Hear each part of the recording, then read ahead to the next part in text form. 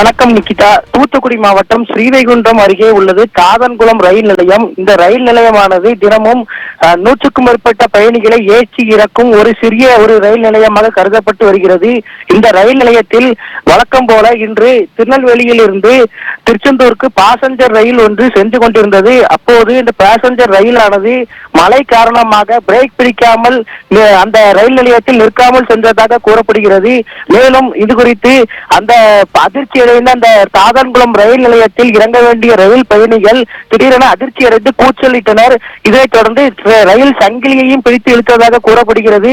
மேலும் அந்த ரயில் நிலையத்தில் அந்த திருச்செந்தூருக்கு செல்வதற்காக காத்திருந்த ரயில் பயணிகளும் ஸ்டேஷன் மாஸ்டரிடம் கூறிவிட்டு அதிர்ச்சி அடைந்து கூச்சலிட்டனர். தொடர்ந்து அந்த ரயிலை சிறிது தூரம், அதாவது தாதன்குளத்தில் இருந்து ஸ்ரீவைகுண்டம் செல்லும் பிரதான அந்த ரயில்வே கேட்டை நோக்கி சென்ற பின்னர் சிறிது தூரம் கழித்து பிரேக் பிடித்து ரயிலை நிறுத்திய பின்னர் அந்த ரயிலானது மீண்டும் அந்த சாதன்குளத்தில் காத்திருந்த பயணிகளை ரயிலில் ஏற்றுவதற்கும் சாதன்குளத்தில் இறங்க வேண்டிய பயணிகளை கீழே இறக்குவதற்குமாக அந்த பயணிகளுக்காக மீண்டும் ரிவர்ஸில், அதாவது பின்னோக்கி அந்த ரயிலானது வந்து அந்த ரயில் நிலையத்தில் பயணிகளை இறக்கிவிட்டு மீண்டும் முன்னோக்கி திருச்செந்தூர் நோக்கி சென்றது.